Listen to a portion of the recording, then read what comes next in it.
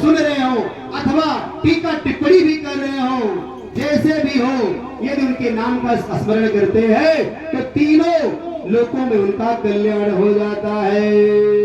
परम मोक्षदायिनी परम पावन मथुरा के राजा उग्रसेन थे। मथुरा के राजा उग्रसेन थे, वो बहुत ही धर्मात्मा राजा थे। आहुक पुत्र उग्रसेन की पत्नी का नाम पवन रेखा था। आहुक पुत्र उग्रसेन, उग्रसेन के पिता का नाम आहुक और उनकी पत्नी का नाम पवन रेखा था। गर्भावस्था में जल्दी मायके नहीं जाना चाहिए। पवन रेखा कहते हैं कि पवन रेखा एक दिन सखियों के साथ बगीचे में घूमने गई थी।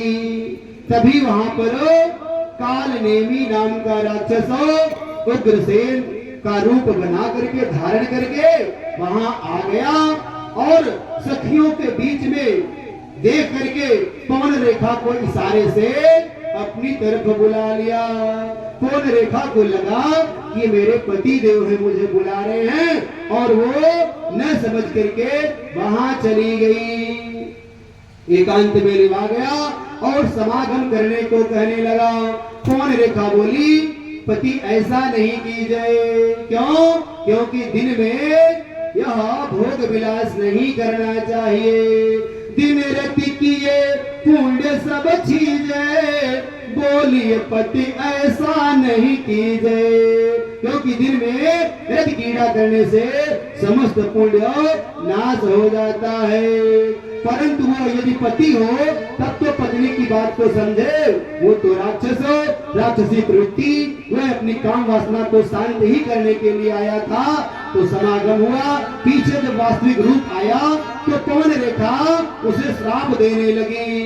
वह बोला, ऐ रानी, आप मुझे श्राप मत दीजिए, क्योंकि आपके उदर से विश्व विजयी प्रतापे पुत्र पैदा होगा। अब ऐसी बातों को सुन करके उनके मन में यह लोभ आ गया कि मेरे घर ऐसा विश्व विजयी प्रतापमान पुत्र पैदा होगा, इसलिए उन्होंने श्राप नहीं दिया। करे काम जगावे कामिनी, काम जगावे कामिनी, और लोभ जगावे दान, संत जगावे प्रेम रस, और लेते राम को नाम, लेते राम को नाम। अब पवन रेखा जब पुनः वापस बगीचे में लौट करके आती है तो अस्त व्यस्त कपड़ों में आई सारी सहेलियों ने पूछने लगी, पवन रेखा, ये तेरी दशा कैसे हुई? क्या हुआ? कहां से तू आ रही है?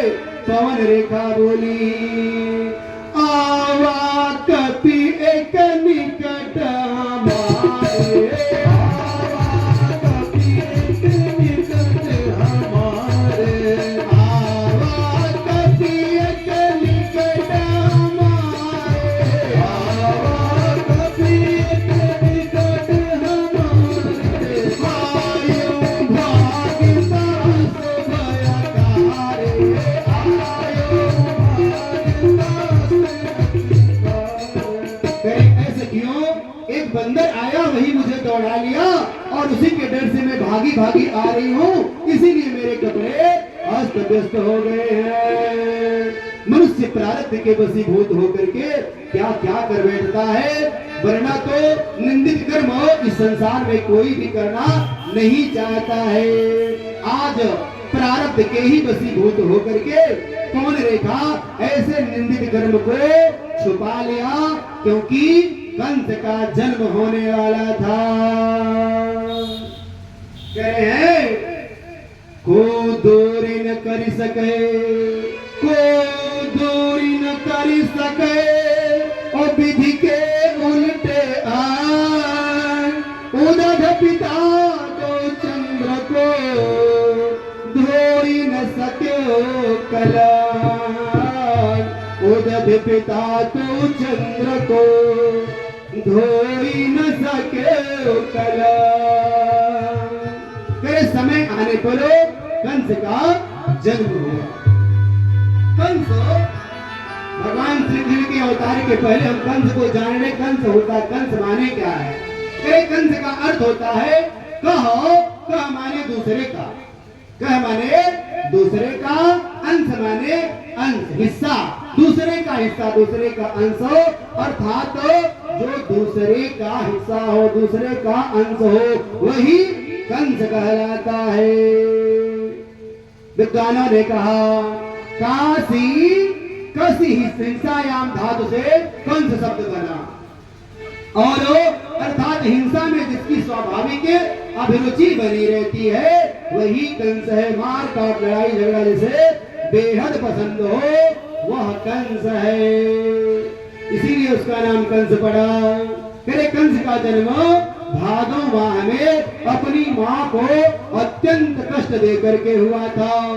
बगीचे वाली घटना को याद करके पवन रेखा ने उसे काश में, काश आप लोग जान रहे, गांव से बिलोंग करते हैं, काश में लपेट करके उसे यमुना में प्रवाहित कर दी।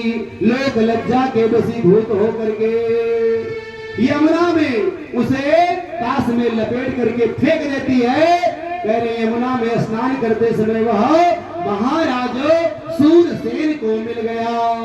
महाराज सूरसेन को मिला, उन्होंने ही उसका लालन पालन किया। बचपन से ही कंस बड़ा उद्दंड स्वभाव का था, बड़ा ही उत्पाती था। भगवान की प्रेरणा से एक दिन जब कंस बड़ा हुआ तो नारद ऋषि उसके पास पहुंच करके उसे उसके जन्म की सारी बातों से अवगत करा देते हैं। महाराज वास्तविक पिता तो आपके मथुरा में राजा उग्रसेन है। तब वह मथुरा आकर के अपने माता पिता से मिल गया। काश में लिपटा हुआ होने के कारण भी उसका नाम कंस पड़ा। कह रहे हैं जब कंस उसका नाम हुआ तो अनेकों उत्पात करने लगा, ब्राह्मणों संतों का अपमान करने लगा, यज्ञ आदि कार्यों पर प्रतिबंध लगा दिया। पृथ्वी इसके अत्याचारों से त्राहि त्राहि करने लगी। ब्रह्मा आदि सभी देव भगवान की प्रार्थना करने लगे। तब आकाशवाणी हुई अस्वभ्रष्ट अचारा भाषण सारा सुनिए नहीं सकाना। अस्वभ्रष्ट अचारा भाषण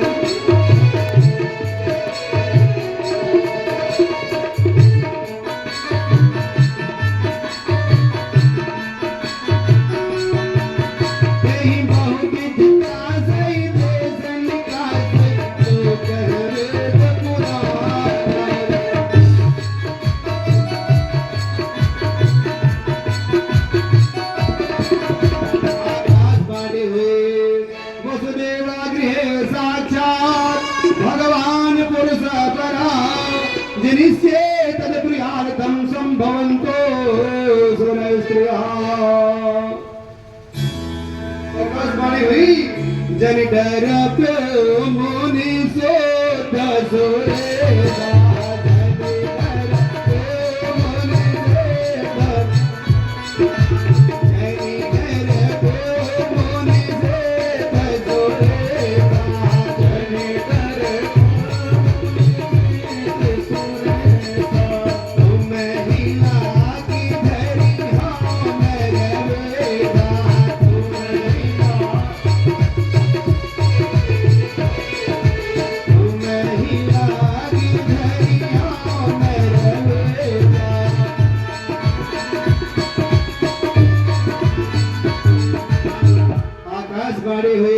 गीता में भी भगवान ने कहा है परित्राणाय साधूनां विनाशाय च दुष्कृतां धर्म संस्थापनार्थाय संभवामि युगे संभवामि युगे युगे। जब जब होई धर्म कई हारे, जब जब होई धर्म कई हारे, जग जग होई धर्म कई हारे, जब जब होई धर्म कई हारे।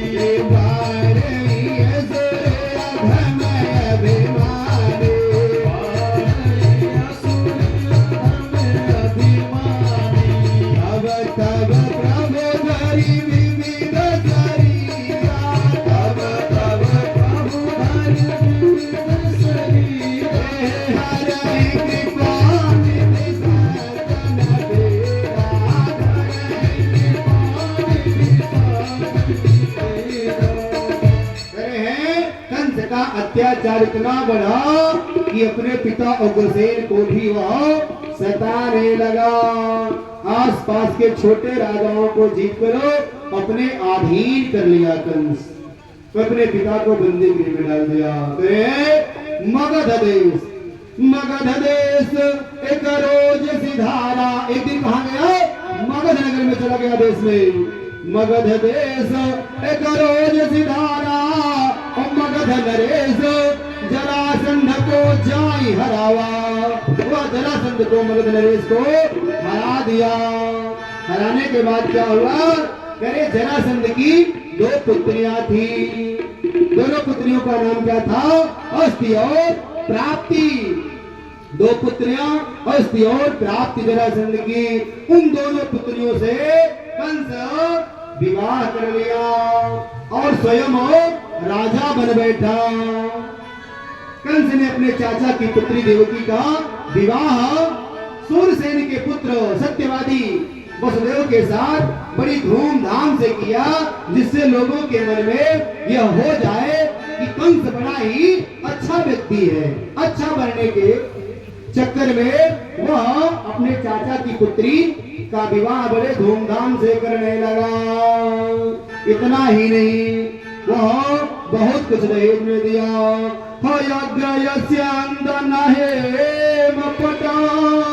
और रतन अनेक नदी याचक सब परितोषिके विदा बहन कर दे। अपनी बहन की विदाई कर रहा है। इतना ही नहीं, जब देवकी को रथ में बिठाया तो वह स्वयं रथ को हाँकने लगा, रथ को चलाने लगा।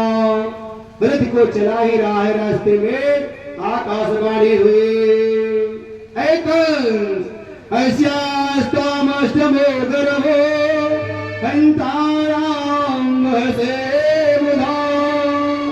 अरे मूर्ख कंस, जिस बहन को तो इतनी प्रसन्नता से विदा कर रहा है, इसी का 8वां पुत्र तेरा काल होगा। अब तो कंस को बड़ा ही क्रोध आया। यदि ऐसा है तो आज ही ध्यान से तलवार निकाला, आज ही मैं इसका वध कर दूंगा।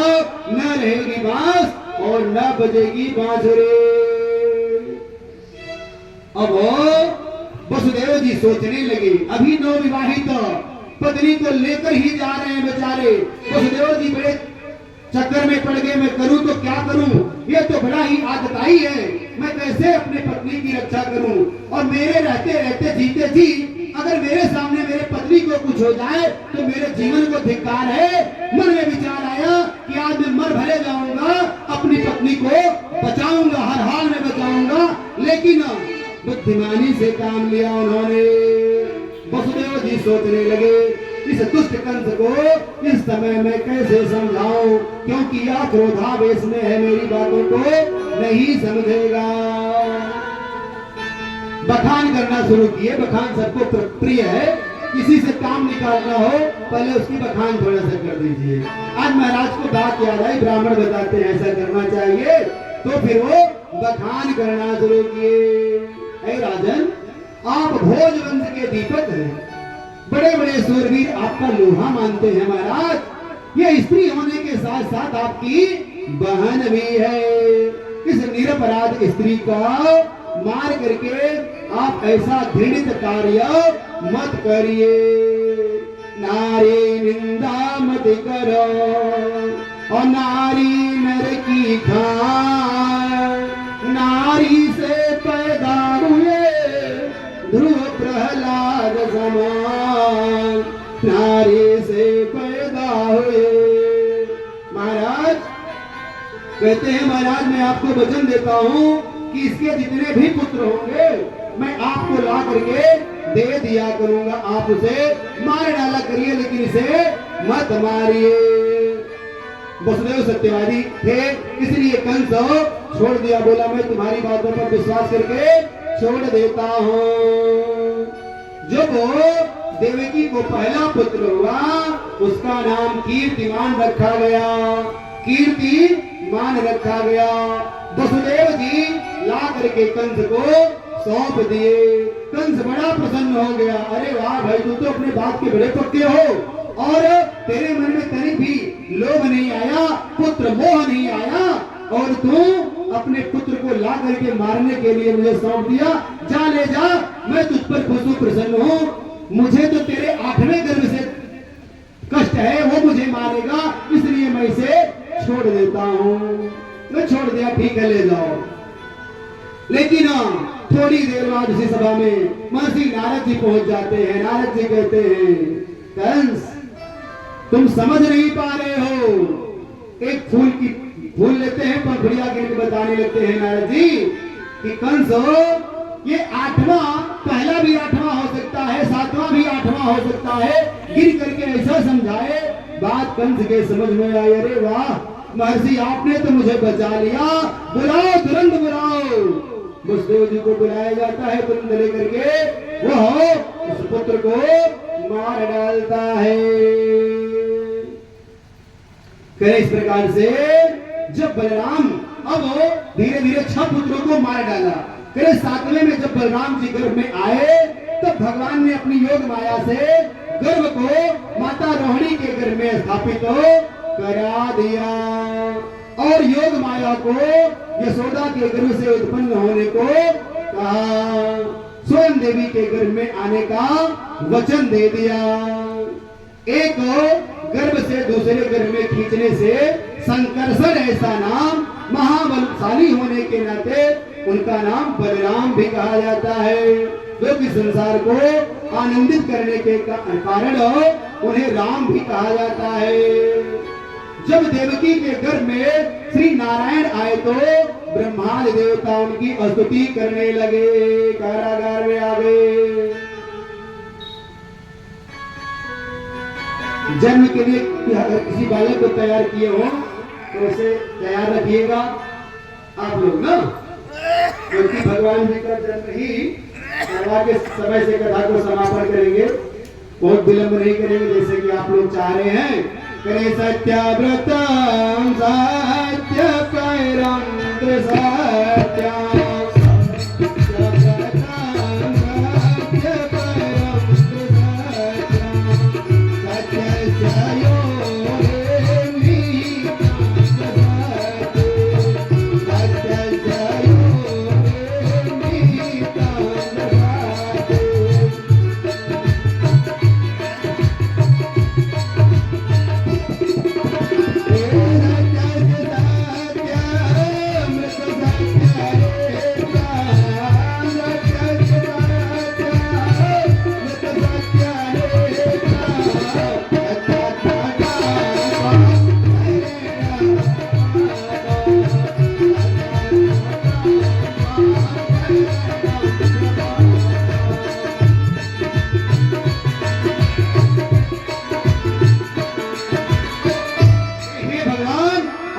संकल्प है, सत्य ही आपकी प्राप्ति का श्रेष्ठ साधन है। आप सृष्टि स्थिति और प्रलय में विद्यमान रहते हैं, आप संसार के रचयिता हैं, आप अंतर्यामी हैं, आप सत्यमय हैं। हम आपके चरणों का आश्रय लेते हैं।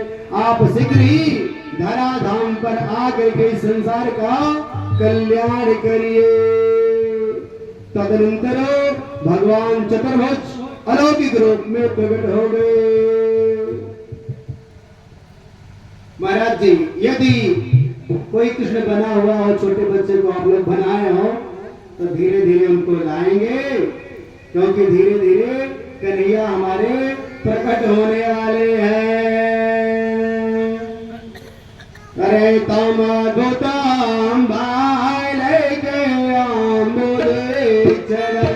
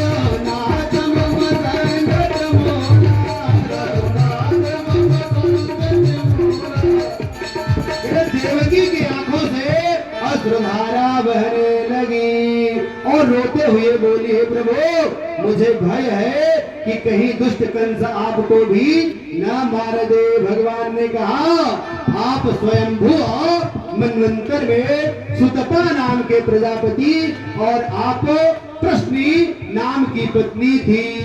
उस समय आप 12 वर्ष तक तपस्या किए थे। वरदान में मुझ जैसा ही पुत्र आपने मांगा था। तब मैंने कहा था, भाई मुझ जैसा आपने पुत्र मांगा था, इसलिए मैंने कहा था आपको सारी जगह जो कह जाए।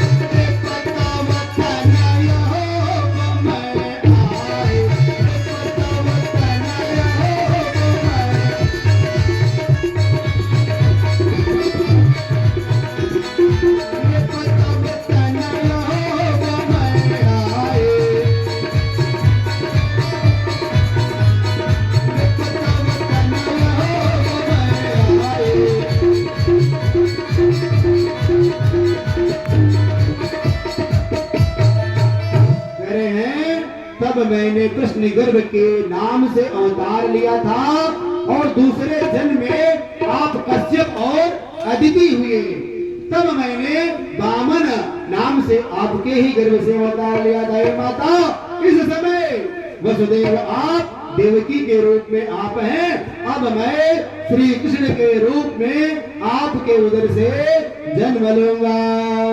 चतुर्भुज रूप इसलिए मैंने आपको दिखाया जिससे आपको यह विश्वास हो जाए।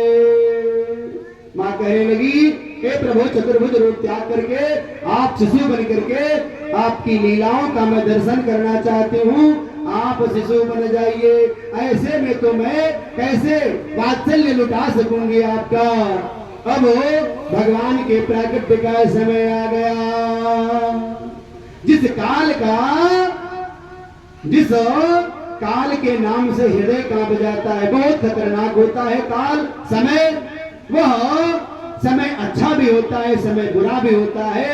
आज किसी के लिए तो बहुत अच्छा समय है, लेकिन कंस के घर में तो बहुत बुरा दिन आ गया है।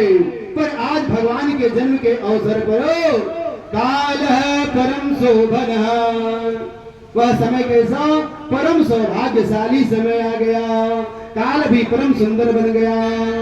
कृष्ण पक्ष आया, कृष्ण पक्ष आया, अष्टमी तिथि आई, बुधवार का दिन आया और रोहिणी नक्षत्र आ गया, दो करण आ गया। मध्य रात्रि 12 बजे का समय धीरे धीरे होने को आ गया। भादो मास पक्ष अधियारा है,